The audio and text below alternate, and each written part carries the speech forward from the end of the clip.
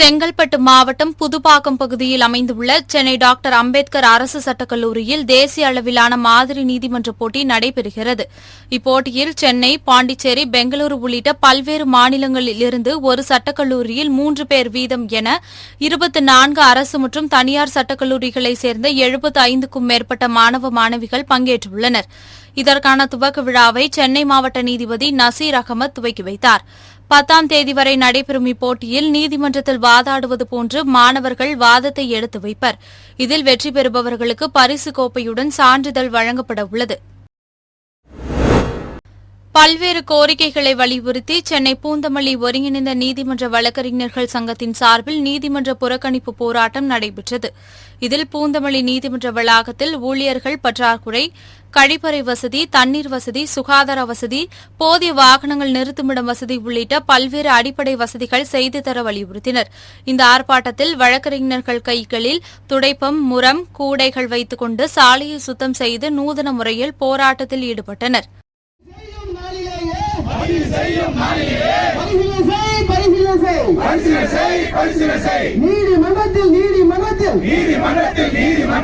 அடிப்படை வசதிகளான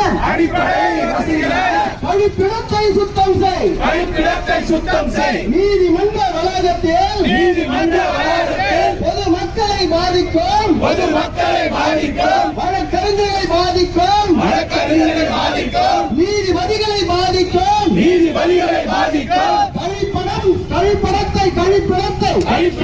கழிப்பிடத்தை சுத்தம் செய்தித்தார்.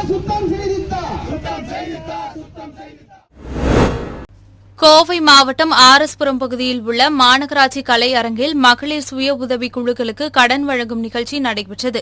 இதில் ஈரோடு மாவட்டத்தில் இளைஞர் நலன் மற்றும் விளையாட்டுத்துறை அமைச்சர் உதயநிதி ஸ்டாலின் கலந்து கொண்ட நிகழ்ச்சி நேரடியாக ஒளிபரப்பு செய்யப்பட்டது. இந்நிகழ்ச்சியில் கலந்து கொண்ட கோவை மாவட்ட ஆட்சியர் கிராந்திகுமார், மாநகராட்சி ஆணையாளர் சிவகுரு பிரபாகரன், மாநகராட்சி மேயர் கல்பனா ஆனந்த்குமார், துணை மேயர் வெற்றிசெல்வன் ஆகியோர் கோவை மாவட்டத்தைச் சேர்ந்த 4 ஊராட்சி கூட்டமைப்புக்கு 2 கோடி வங்கி பெருங்கடன் மற்றும் ஊரக பகுதியைச் சேர்ந்த 154 மகளிர் சுய உதவிக் குழுக்களுக்கு 13.45 கோடி கடன், நகர்ப்புற பகுதியைச் சேர்ந்த 445 மகளிர் உதவிக் குழுக்களுக்கு 33.78 கோடி ரூபாய் கடன் வழங்கினர்.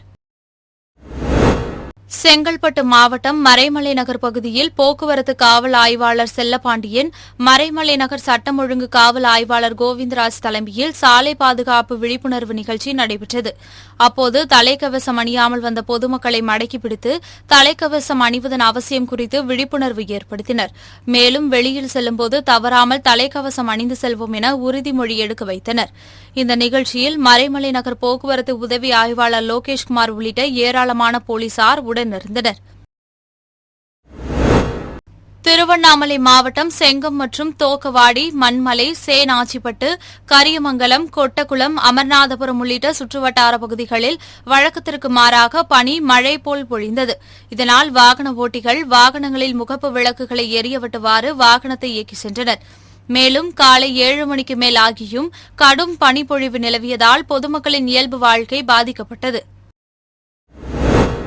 ஒன்றிய அரசு மாநில உரிமைகளை பறிப்பதை கண்டித்தும், பாஜக ஆளாத மாநிலங்களில் ஆளுநரை பயன்படுத்தி மாநிலங்களின் அரசு திட்டங்களை முடக்க நினைப்பதை கண்டித்தும் திருவாரூர் புதிய ரயில் நிலையம் அருகில் திருவாரூர் மாவட்ட குழு மார்க்சிஸ்ட் கம்யூனிஸ்ட் கட்சி சார்பில் ஆர்ப்பாட்டம் நடைபெற்றது.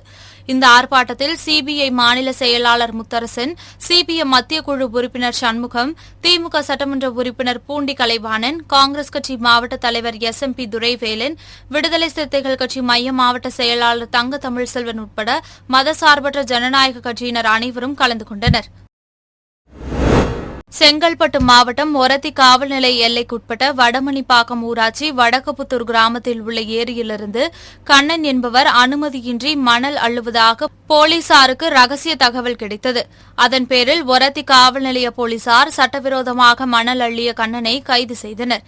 மேலும் மணல் அள்ள பயன்படுத்திய JCB மற்றும் லாரியை பறிமுதல் செய்து விசாரணை மேற்கொண்டு வருகின்றனர்.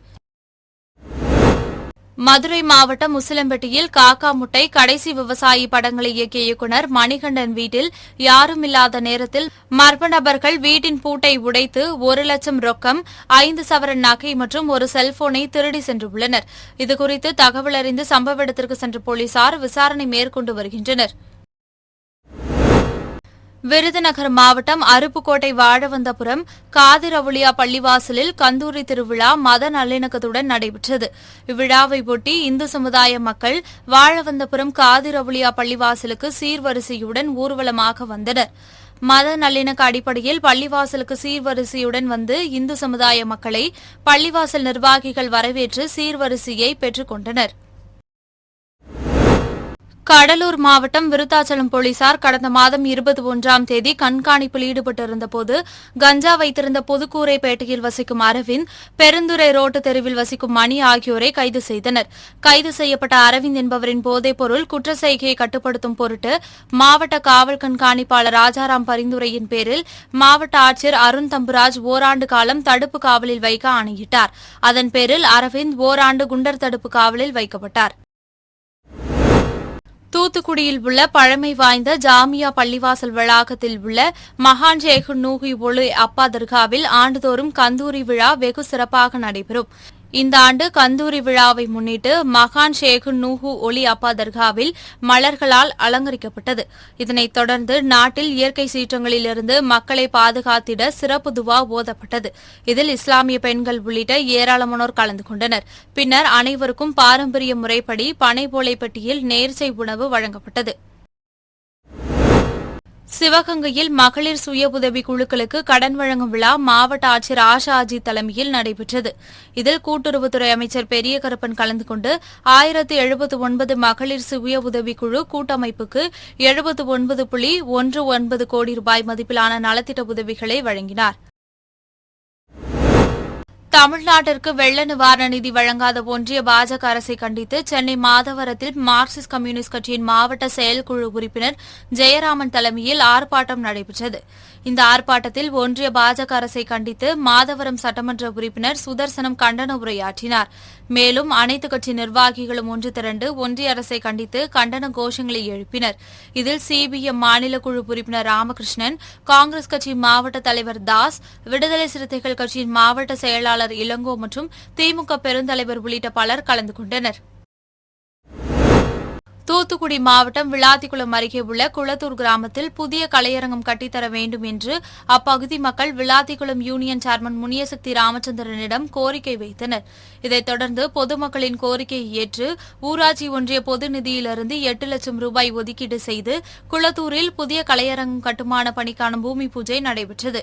இதில் விளாத்திக்குளம் ஊராட்சி ஒன்றிய பெருந்தலைவர் முனியசக்தி ராமச்சந்திரன் கலந்து கொண்டு பூமி பூஜை செய்து கட்டுமான பணியை தொடங்கி வைத்தார்.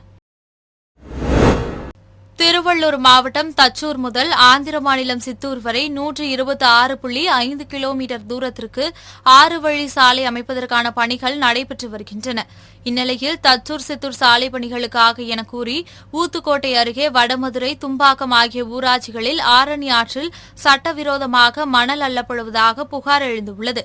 எனவே இது தொடர்பாக அதிகாரிகள் உரிய நடவடிக்கை எடுக்க வேண்டும் என்று சமூக ஆர்வலர்கள் கோரிக்கை விடுத்துள்ளனர். என் பேர் குப்பையா, கீமாலி போயிடுச்சோ சேர்ந்தவன். எங்கள் வாண்டர் ரோட்டு கை நாண்ட எத்தின்னு இருந்தாங்க. ஆறுவேலை சாலைக்கு மண் வெட்டினுக்கிறாங்க. அதுக்கு நாங்கள் கேட்டால் நான் பதில் சொல்ல மாட்டோம், எங்கே சொல்லிக்கோ, எங்களுக்கு ஆர்டர் இருக்குது அப்படின்னு சொல்கிறாங்க. அங்கேருந்து வந்து இந்த நடு ஆற்றுல எத்துங்கிறாங்க. சுடுகாடு பக்கத்தில், தும்பாத்து சுடுகாடு பக்கத்தில் எடுத்துங்கிறாங்க. அங்கேருந்து நாங்கள் வந்து எல்லாமே வந்த பிறகு கிளம்பி வண்டி லாரி எல்லாம் எடுத்துன்னு போயிட்டாங்க.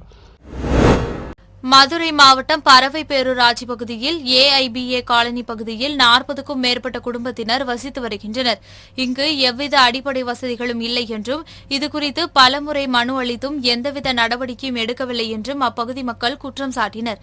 இந்நிலையில் அடிப்படை வசதிகள் செய்து தரக்கோரி பறவை பகுதி மக்கள் குடும்பத்துடன் மாவட்ட ஆட்சியர் அலுவலகம் முன்பாக தர்ணா போராட்டத்தில் ஈடுபட்டனர். மேலும் குடும்ப அட்டை, வாக்காளர் அட்டை ஆகியவற்றை அரசிடமே மீண்டும் ஒப்படைக்கப் போவதாக போராட்டத்தில் ஈடுபட்டவர்கள் கூறினர். நாங்க வந்து பறவையில ஏபிஏ நகர் பி காலனி 4வது தெருவுல இருந்து வர்றோம். இது வந்து 37 வருஷத்துக்கு முன்னாலே நாங்க வீடெல்லாம் எல்லா வீடும் கட்டி நிறைய வீடு இருக்கு. கிட்டத்தட்ட 100 வீடுகளுக்கு மேல இருக்கு. குடித்தனமும் 150 பேருக்கிட்ட இருக்காங்க. நாங்க வந்து இப்ப இது வந்து எங்களுக்கு ஃபர்ஸ்ட் போராட்டம் கிடையாது. நாங்க பஞ்சாயத்து போர்டுல இருந்து, ரோட்ல இருந்து, எங்க தெருவுல இருந்து பல தடவை நாங்க போராட்டத்துக்கு போயிட்டோம். கலெக்டர் மேடம்கிட்ட மட்டும் நாங்க 2-3 தடவை வந்து நாங்க மனு கொடுத்துருக்கோம். ஆனா எங்களுக்கு சரியான ரெஸ்பான்ஸ் கிடையாது. அதனாலதான் இப்ப நாங்க இங்க வர்றதுக்கு காரணமே வந்து அந்த ரெஸ்பான்ஸ் இல்லாததுனாலதான். இப்ப ஒரு மழை பெஞ்சுச்சுன்னா இன்னைக்கு எங்க குழந்தை இன்னைக்கு ஒரு நாள் தான் லீவ் போட்டுருன்னு கிடையாது. மழை பெஞ்சு தண்ணி தேங்கினா எங்க பிள்ளைய ஒரு வாரம் 10 நாள் கூட ஸ்கூலுக்கு போகாம இருந்திருக்காங்க. எங்க ஸ்கூல்ல கேட்டு விட்டுருக்காங்க, நேர்ல வந்து பாத்துருக்காங்க. ஆனா கலெக்டர் மேடம் வந்து ஒரு தடவையாவது எங்க இதை வந்து எங்க ஏரியால நேரடியா வந்து கலந்தாய்வு பண்ணி எங்களுக்கு சரியான தீர்வு எழுத்துப்பூர்வமா கொடுக்காத வரையில நாங்க இந்த போராட்டத்தை கலைக்க மாட்டோம். ஏன்னா எங்களால போராட முடியல. எத்தனை வருஷமா நாங்களும் போராட்டது.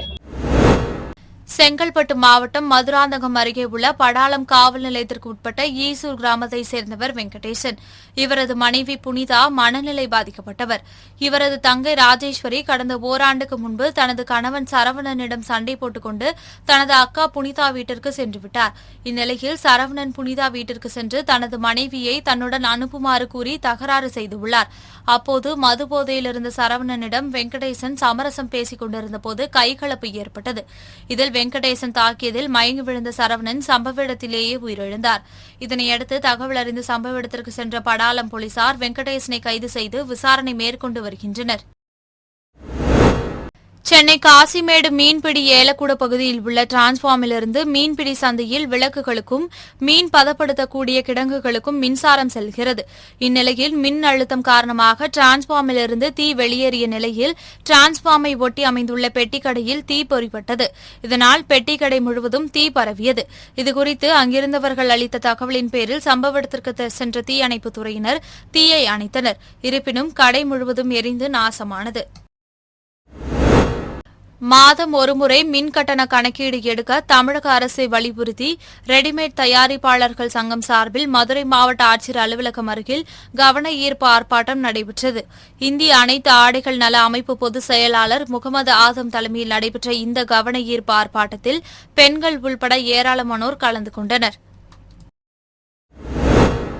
திருவாரூர் மாவட்டம் மன்னார்குடி அருகே இடையர் நத்தம் தனியார் திருமண அரங்கில் மகளிர் சுய உதவிக் குழுக்களுக்கு நேரடி வங்கிக் கடன் வழங்கும் நிகழ்ச்சி நடைபெற்றது. இந்நிகழ்ச்சியில் மாவட்ட ஆட்சியர் சாருஸ்ரீ, திருவாரூர் சட்டமன்ற உறுப்பினர் பூண்டி கே கலைவாணன், மாவட்ட ஊராட்சித் தலைவர் பாலு ஆகியோர் கலந்து கொண்டு 1759 மகளிர் சுய உதவிக் குழுக்களுக்கு ரூபாய் 78 கோடி வங்கிக் கடன் இணைப்பு, மதி எக்ஸ்பிரஸ், மின் வாகனங்கள் மற்றும் அரசு நலத்திட்ட உதவிகள் வழங்கப்பட்டது. சாலை பாதுகாப்பு மாதத்தை ஒட்டி சென்னை மேற்கு தாம்பரத்தில் உள்ள வட்டார போக்குவரத்து அலுவலக வளாகத்தில் பம்மல் தனியார் கண் மருத்துவமனை சார்பில் இலவச கண் சிகிச்சை முகாம் நடைபெற்றது. வட்டார போக்குவரத்து அலுவலர் யுவராஜ் தலைமையில் நடைபெற்ற இம்முகாமில் வட்டார போக்குவரத்து வாடிக்கையாளர்கள் மற்றும் பொதுமக்கள் ஏராளமானோர் கலந்து கொண்டு இலவசமாக கண் சிகிச்சை செய்து பயன்பெற்றனர். கோவை கவுண்டம்பாளையம் கிராம நிர்வாக அலுவலராக இருப்பவர் லோகநாயகி. இவர் இதற்கு முன்பு திருவாரூர் மாவட்டத்தில் கிராம நிர்வாக அலுவலராக இருந்தபோது அவரும் அவரது மகன் எழில் பிரபாகரன் ஆகியோர் வெளிநாட்டில் வேலை வாங்கி தருவதாக கூறி 2.5 லட்சம் ரூபாய் பெற்றுக்கொண்டு ஏமாற்றிவிட்டதாக திருவாடனை பகுதியைச் சேர்ந்த ஹென்றி கஸ்பார் என்பவர் குற்றம் சாட்டினார். இது தொடர்பாக கோவை மாநகர காவல் ஆணையாளர் அலுவலகத்தில் புகார் அளித்த நிலையில் அவர்கள் கவுண்டம்பாளையம் காவல் நிலையத்திற்கு அனுப்பி வைத்ததாகவும், ஆனால் கவுண்டம்பாளையம் போலீசார் லோகநாயகி கிராம நிர்வாக அலுவலராக இருப்பதால் விசாரணை நடத்த முடியாது என கூறிவிட்டதாகவும் தெரிவித்தார். எனவே 3 வருடங்களுக்கு மேலாக தனது பணத்தை பெறுவதற்கு போராடும் தனக்கு அதிகாரி லோகநாயகியிடமிருந்து தனது பணத்தை பெற்றுத்தந்து அவர் மீதும் அவரது மகன் மீது நடவடிக்கை எடுக்க வேண்டும் என கோரி மாவட்ட ஆட்சியர் அலுவலகத்தில் புகார் மனு அளித்துள்ளார். மயிலாடுதுறை மாவட்டத்தில் மகளிர் சுய உதவிக் குழுக்களுக்கு வங்கிக் கடன் உதவிகள் மற்றும் மதி எக்ஸ்பிரஸ் மின் வாகனங்கள் வழங்கும் விழா நடைபெற்றது. இதில் மாவட்ட ஆட்சியர் மகாபாரதி, சட்டமன்ற உறுப்பினர்கள் ராஜ்குமார், நிவேத் ஆகியோர் கலந்து கொண்டு 10,353 மகளிர் சுய உதவிக் குழு உறுப்பினர்களுக்கு ரூபாய் 40.69 கோடி மதிப்பிலான வங்கிக் கடன் உதவிகளை வழங்கினர். அனைத்து மதங்களின் வழிபாட்டு தலங்களையும் பாதுகாக்க வலியுறுத்தியும் வழிபாட்டு தலங்களுக்கு எதிராக செயல்பட்டு வரும் ஒன்றிய பாஜக அரசை கண்டித்தும் தமிழ்நாடு தவ்ஹீத் ஜமாஅத் சார்பில் திருப்பூர் மாநகராட்சி அலுவலகம் முன்பு ஆர்ப்பாட்டம் நடைபெற்றது. இதில் பெண்கள், குழந்தைகள் என 500க்கும் மேற்பட்டோர் கலந்து கொண்டு மற்ற மதத்தினரையும் மற்ற வழிபாட்டு தலங்களையும் கட்டுப்படுத்த நினைக்கும் பாஜக அரசுக்கு எதிரான கண்டன கோஷங்களை எழுப்பினர். சிவகங்கை மாவட்டம் திருப்பத்தூர் அருகே உள்ள ஊர்குளாத்தான்பட்டியைச் சேர்ந்த பழனிசாமி என்ற இளைஞர் வெளிநாட்டில் பணிபுரிந்து வந்தார். இந்நிலையில் இவர் தனது உறவினரான தம்பிப்பட்டியைச் சேர்ந்த சக்தி என்ற 16 வயது சிறுவனை அழைத்துக் கொண்டு ஊர்குளாத்தான்பட்டியிலிருந்து திருப்பத்தூரை நோக்கி சென்று கொண்டிருந்தனர். அப்போது திருப்பத்தூரிலிருந்து காரைக்குடியை நோக்கி சென்ற அஞ்சலக வாகனம் மணமேல்பட்டி விலக்கு பகுதியில் சென்று கொண்டிருந்த பொழுது இருசக்கர வாகனத்தின் மீது மோதி அருகிலிருந்த வீட்டிற்குள் புகுந்து நின்றது. இதில் படுகாயமடைந்த பழனிசாமி மற்றும் 16 வயது சிறுவனை செல்போனை மீட்டு திருப்பத்தூர் அரசு மருத்துவமனையில் சிகிச்சைக்காக அனுமதித்த நிலையில் இருவரும் சிகிச்சை பலனின்றி அடுத்தடுத்து பரிதாபமாக உயிரிழந்தனர். இந்த விபத்து தொடர்பாக கண்டவராயன்பட்டி போலீசார் வழக்கு பதிவு செய்து விசாரணையை மேற்கொண்டு வருகின்றனர். மாநில உரிமை பறிப்பு, கூட்டாட்சி தத்துவத்திற்கு எதிராக செயல்படும் ஒன்றிய பாஜக அரசையும் ஆளுநர்களையும் கண்டித்து நாகை அவுரி திடலில் இந்தியா கூட்டணி கட்சியினர் கண்டன ஆர்ப்பாட்டத்தில் ஈடுபட்டனர். மார்க்சிஸ்ட் கம்யூனிஸ்ட் கட்சி சார்பாக நடைபெற்ற ஆர்ப்பாட்டத்தில் திமுக, சிபிஐ, விசிக, திக உள்ளிட்ட இந்தியா கூட்டணி கட்சியினர் கலந்து கொண்டு மாநில நலனுக்கு எதிராக செயல்படும் ஆளுநர்களை திரும்பப் பெற வலியுறுத்தியும், கூட்டாட்சி தத்துவத்திற்கு எதிராக செயல்படும் பாஜக அரசுக்கு எதிராகவும் கண்டன கோஷங்களை எழுப்பினர். ராணிப்பேட்டை அடுத்த முத்துக்கடை பேருந்து நிலையம் அருகே இந்திய கம்யூனிஸ்ட் கட்சியின் தலைமையில் அனைத்து தோழமை கட்சியினர் இணைந்து ஒன்றிய அரசுக்கு எதிராக கண்டன ஆர்ப்பாட்டத்தில் ஈடுபட்டனர். இந்த கண்டன ஆர்ப்பாட்டத்தில் ராணிப்பேட்டை விடுதலை சிறுத்தை கட்சியின் மத்திய மாவட்ட செயலாளரும் ராணிப்பேட்டை நகரமன்ற துணைத் தலைவருமான ரமேஷ் கர்ணா உட்பட தோழமை கட்சியினர் பலர் கலந்து கொண்டனர்.